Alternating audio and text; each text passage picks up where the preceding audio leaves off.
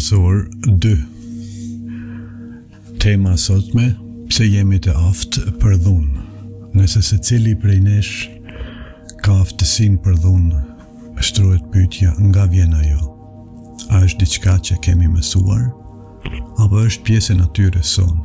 Shkenca sugjeron se përgjigjja është më ndelikuar se sa mendojnë. Për miliona vite më para ardhësit tanë jetuan në një botë ku mbijetesa nuk ishte e sigurt. Ata duhej të mbronin veten, familjen, fëmijët dhe burimet e ushqimit. Në një botë të tillë, aftësia për të luftuar nuk ishte një dobësi, ishte një mënyrë për të mbijetuar. Prandaj, edhe sot truri ynë mban ende gjurmet të asaj kohe. Kur një ndjejmë rrezik, trupi ynë nuk pret gjithmonë që të mendojmë. Ai reagon brenda milisekunda.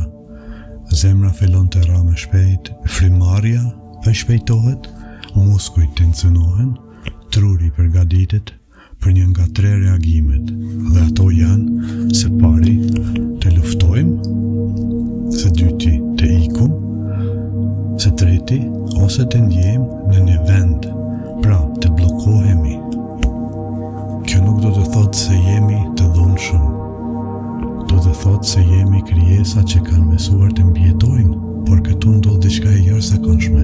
Njeriu nuk ka vetëm instinkte, njeriu ka edhe aftësinë të ndalet, të reflektojë, të pyes veten çfarë është e drejtë, çfarë pasojash do të ketë kjo që do bëj tani.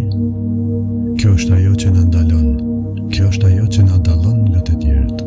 Nuk është fakti që nuk ndjejmë zemrim, as që nuk kemi impulse, por fakti se mund të zgjedhim të mos i ndjekim ato, sepse guximi më i madh nuk është të mposhtësh një armik, guximi më i madh është të mposhtësh impulsin brenda vetes, pra brenda teje. Ndoshta pikërisht aty fillon paqja, jo në botë, por brenda njeriut, brenda teje.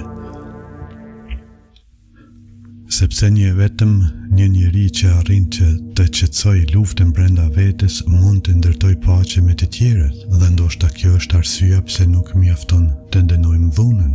Duhet ta kuptojmë rrënjët e saj, sepse vetëm kur kuptojmë pse lind dhuna, mund ta mësojmë si ta parandalojmë atë, dhe vetëm atëherë fillojmë ta kuptojmë më mirë jo vetëm të tjerët, por edhe veten. Pra, Kjo tema prej nga vjen dhuna. Dhuna është një instinkt që e kemi të gjithë, atë nuk mund ta hiqim, por mundem ta kontrollojmë, dhe duhet ta kontrollojmë, sepse njeriu gjatë gjithë jetës së tij do të ketë impulse, zemrim, agresion. Do të thotë se nëse e dim që ajo do të na përcjellë rreth gjithë jetës, atëherë është në të mirën tënde ose të mirën tonë të mësojmë si të menaxhojmë dhe si të kontrollojmë atë. Faleminderit. Pra kjo ishte tema pse jemi të aftë për dhunë. Në videon e ardhshëm do të flasim për egon dhe identitetin tonë. Faleminderit.